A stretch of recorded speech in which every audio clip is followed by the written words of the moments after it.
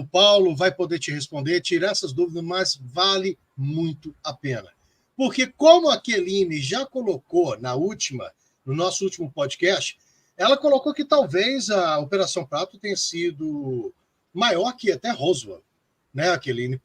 Por tudo que tem. O Roswell talvez foi mais bem vendido porque Hollywood é foda, os caras são muito bons, né? Mas em termos de documentação do Exército, Força a Aeronáutica Brasileira, por tudo que é estudado, a Operação Prato é gigante. Podemos, então, começar agora para tirar, porque eu sei que tem gente curiosa. Gente, tem filmagens aqui que vão deixar você aqui um pouco... Ai, Keline, será que eu coloco alguma coisa aqui? Eu tô doido aqui, minha mão tá até coçando. Ô, Keline, Leandro, coloca de cara o PowerPoint. Fala, Paulo. Eu só vou me ausentar um segundo, só para pegar uma água aqui e volto na sequência. Show de bola. Pode chegar, Keline, senta o bambu aqui. Pode falar, Keline. Então, Leandro, a gente pode dar continuidade, né, de onde a gente parou. Na verdade, a gente tinha começado a falar um pouquinho, né, sobre a Baía do Sol, né, eu tinha mostrado essa imagem aí que forma um triângulo, né, entre a Ilha de Mosqueiro, né, a pontinha ali mais inferior é a Baía do Sol, que fica mais ou menos de frente, né, para a Praia do Machadinho, que é em Colares, e do outro lado, né, à esquerda, a Ilha do Marajó, sendo que a Baía do Marajó, né, que é essa grande massa de água, né, que aparece aí, foi um local, né, de diversos avistamentos, realizados tanto pelos militares, né, quanto pela população civil. Então, é muito importante, né, quando a gente mostra, além da importância de Colares, né, Colares teve realmente uma importância muito grande, foi onde os militares fixaram o acampamento, né, mas também outras localidades tiveram uma grande importância estratégica, né, e é isso que não fica muito nítido, né, na maioria das reportagens, das matérias que a gente vê a respeito da Operação Prato. Então, na fotinho ali de cima sou eu, na Baía do Sol, né, observando com telescópio, mais à frente a Ilha de Colares, né, na pontinha ali a ponta do Machadinho, né, e mais à esquerda, né, que não aparece, é a Ilha do Marajó. Então, é uma localidade realmente de grande incidência, né, que foi fundamental nos avistamentos, nos registros de avistamentos durante a Operação Prato. Aí pode passar. Aí, só recapitulando, nessa foto eu mostrei na apresentação anterior, foram algumas imagens capturadas, né, lá na Baía do Sol, que elas registram possíveis naves-mães, né, que eram luzes, né, que foram avistadas tanto pelos militares quanto pela população, assim como pelos jornalistas.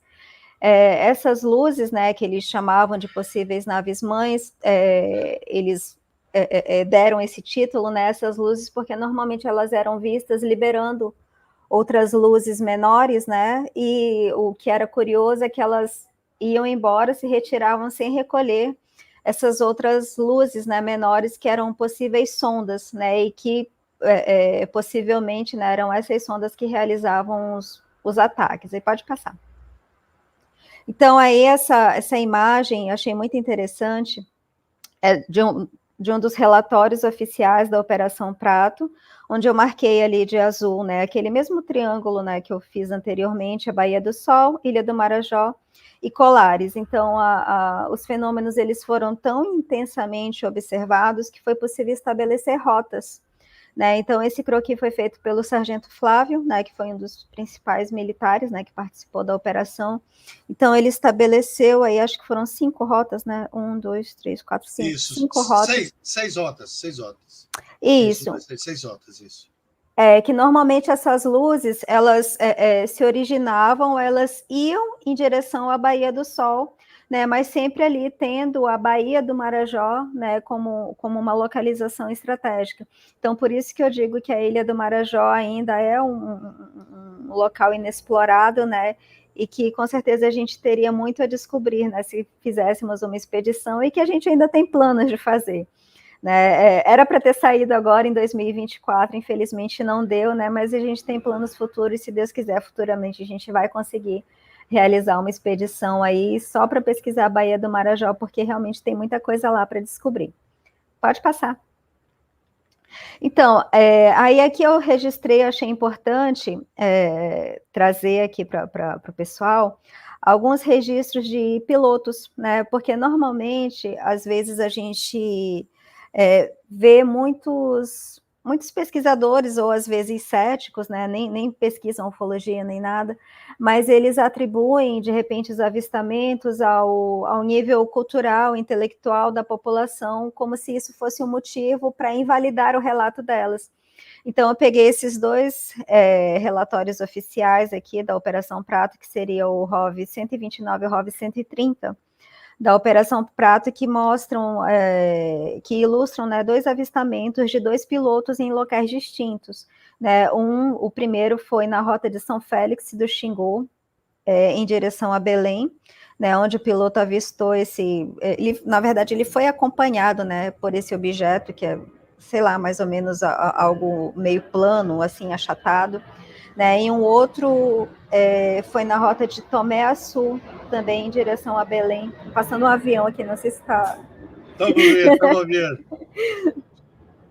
Então, e esse segundo, né, foi de um outro piloto que também foi acompanhado, né, durante o voo por esse objeto, que na verdade ele tinha meio que formato de um carro, né, tinha algumas luzes na parte superior, e esses dois pilotos, os dois precisaram de atendimento médico, né, eles ficaram tão impactados, né, com o que eles avistaram, que eles precisaram de atendimento médico, né, assim que eles pousaram. Então eu trouxe, além, né, de todos esses registros que a gente vê por parte da população, também esses registros de pilotos que eu achei muito interessante.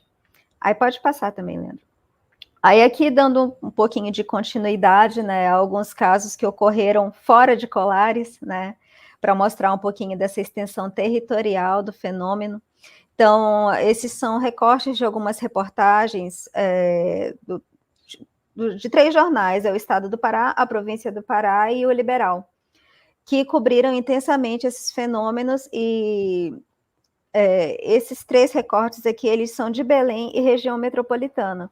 Então, esse de cima aí, que é Marituba, eu acho muito interessante esse relato, porque, na verdade, foi em via pública, né? Era uma família, acho que estava acompanhada, eram 3 adultos e uma criança. Estavam em via pública, era em torno de 7 horas da noite, né? E veio uma luz, né, num voo rasante sobre essa família, e essa luz focalizou mais especificamente a criança, né? A criança é esse do cantinho aqui esquerdo, superior esquerdo. E ela se sentiu sugada para cima. E isso diante de várias pessoas que estavam na rua presenciaram. O pai dele, que é o que está no cantinho superior direito, ele estava armado, atirou, né, contra esse objeto.